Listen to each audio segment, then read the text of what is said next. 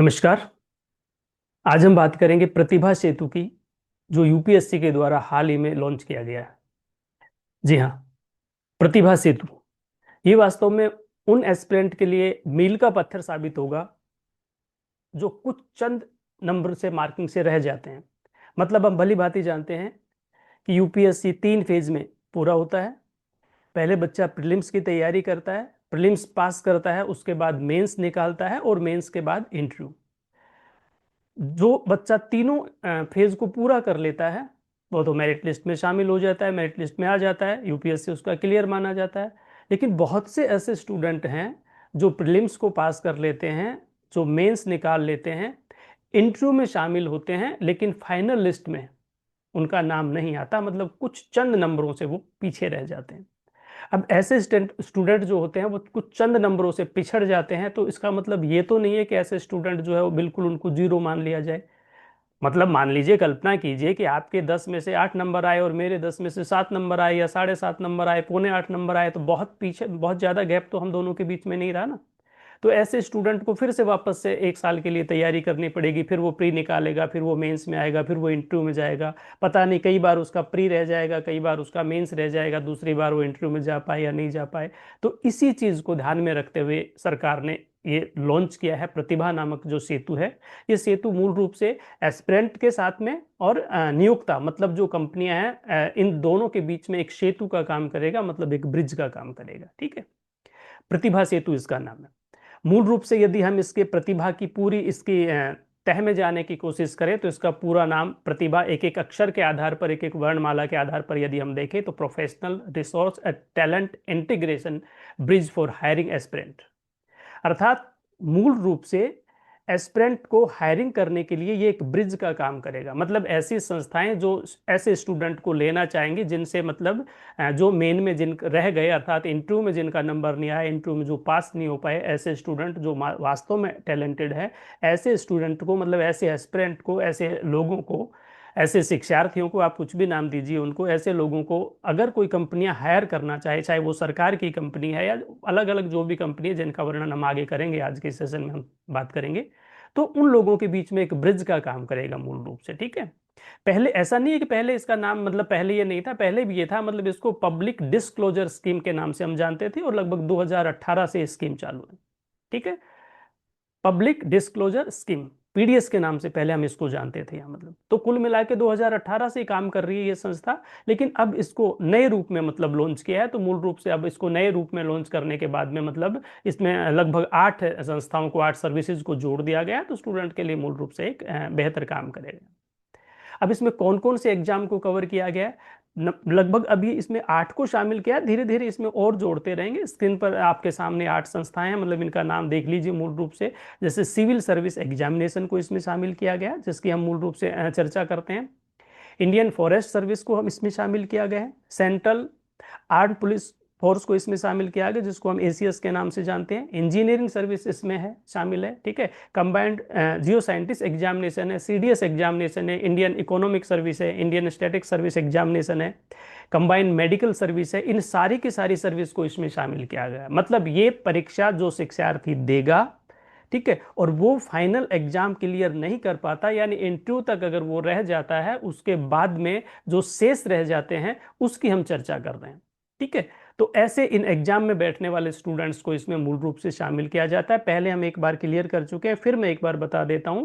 शिक्षार्थी एस्पिरेंट ने जो प्रीलिम्स क्लियर कर लिया, उसके बाद मेन क्लियर कर लिया, ठीक है, और उसके बाद इंटरव्यू जो क्लियर कर लिया वो तो मेरिट लिस्ट में शामिल हो गया। लेकिन इंटरव्यू में जो पास नहीं हो पाए, जिनका नंबर नहीं आया फाइनल मेरिट लिस्ट में, वो शिक्षार्थी मतलब बहुत कम गैप से पीछे रह जाते हैं। और ऐसे शिक्षार्थियों के लिए पोर्टल है।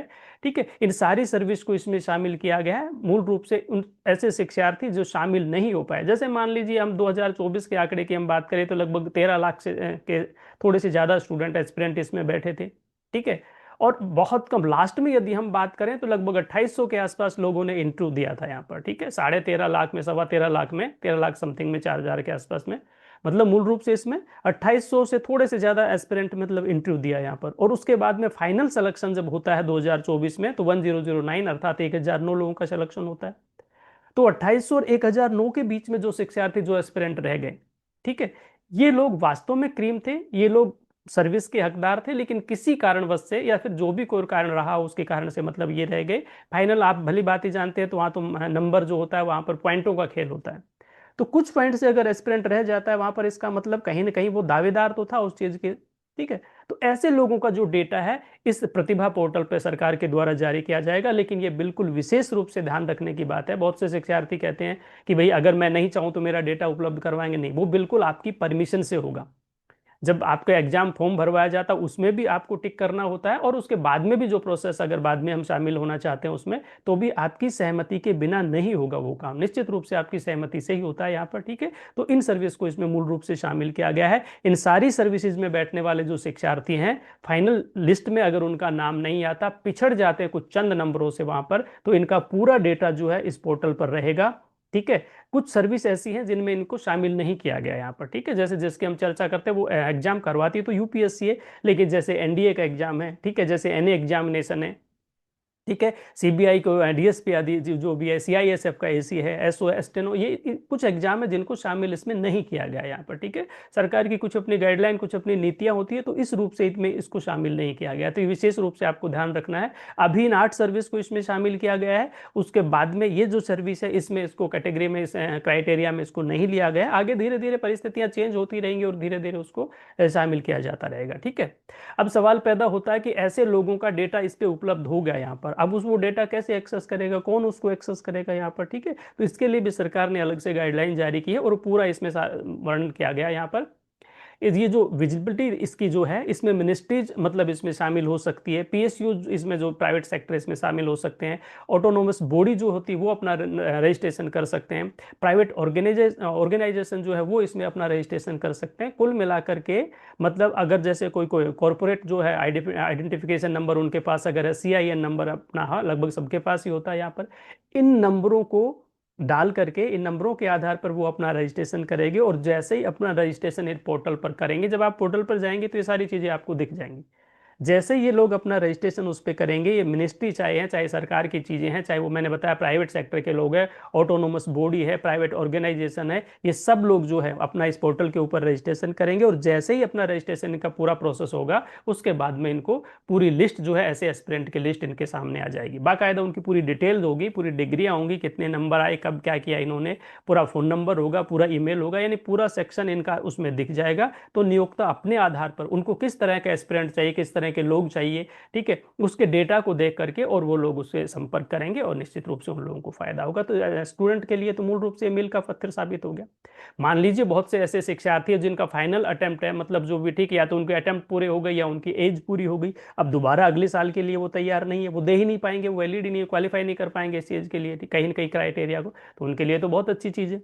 ठीक है भाई, चलो जो फाइनल आप चाह रहे थे वो नहीं हो पाया आपने उसमें, लेकिन उसके बाद में एक ग्रेड नीचे सही यहाँ पर, और एक ग्रेड से कोई फर्क नहीं पड़ता वहाँ पर। वो यहाँ पे मिनिस्ट्री जो है, भारत सरकार की जो है, बड़े बड़े संस्थान जो है, वो एक अच्छे लोग, अच्छी कंपनी, और वो निश्चित रूप से आपकी मदद करेंगे और आपको लेंगे यहाँ पर। ठीक है। तो निष्कर्ष की यदि हम बात करें तो अभी लगभग 10,000 लोगों का डेटा इस पर उपलब्ध है। धीरे धीरे जैसे जैसे समय परिवर्तित होगा, जैसे जैसे समय बदलेगा, वैसे वैसे समय के अकॉर्डिंग इसमें और लोगों का डेटा उपलब्ध होता चला जाएगा, और निश्चित रूप से न सिर्फ सरकार के लिए बल्कि शिक्षार्थियों के लिए, एस्पिरेंट के लिए मूल रूप से ये मील का पत्थर साबित होगा। एक बार शॉर्ट में मैं फिर बता देता हूं इसको। आज हमने मूल रूप से प्रतिभा सेतु की चर्चा की है। इसमें मुख्य रूप से केवल और केवल जो तीनों चरणों को पास कर लेता है शिक्षार्थी, मैंने पहले बताया, जो प्रीलिम्स को पास कर लेता है, जो मेन को पास कर लेता है, और जो इंटरव्यू को क्लियर कर लेता है, तो फाइनल मेरिट लिस्ट में जिनका नाम आ गया उनका सिलेक्शन हो गया, उनका यूपीएससी क्लियर हो गया। लेकिन फाइनल सिलेक्शन नहीं हुआ जिन लोगों का, लेकिन जो इंटरव्यू में बैठे थे, ठीक है, ऐसे कुछ चंद लोग हैं, जैसे 2024 की मैं बात करूं तो 1800 समथिंग के आदमी रहे होंगे जो एस्पिरेंट रहे होंगे, ऐसे लोगों का डेटा वहां पर सरकार इस पे, इस प्रतिभा सेतु पे उपलब्ध करवाएगी। मैंने कहा कि 2018 से स्कीम चल रही है, थोड़ा सा इसको चेंज किया गया, थोड़ा सा इसको मॉडिफाई किया गया है, और उसके बाद अब इसमें पूरी डिटेल इसमें लोगों की इनकी मिलेगी। तो स्टूडेंट के लिए, एस्पिरेंट के लिए बहुत लाभदायक स्कीम है। जो लोग चाहते हैं कि मतलब हमारा डेटा इस पे उपलब्ध हो, तो निश्चित रूप से उन लोगों को परमिशन देनी चाहिए यहाँ पर। ठीक है। क्योंकि ये कोई ऐसा तो है नहीं कि कोई इससे कुछ फ्रॉड हो जाएगा या कुछ गलत हो जाएगा, तो सरकार की संस्थाएं हैं, सरकार का पोर्टल है, यहाँ पर अच्छी कंपनी आपसे संपर्क करेंगी, अच्छे लोग आपसे संपर्क करेंगे। अगर आपको लगता है कि ठीक है, हाँ मैं इस योग्य हूँ या मैं इसी काम के लिए बना हूँ, तो निश्चित रूप से आप उसको यस कीजिए, अन्यथा फिर ना तो है ही यहाँ पर। ठीक है, तो आज के इस सेशन में इतना ही। नमस्कार।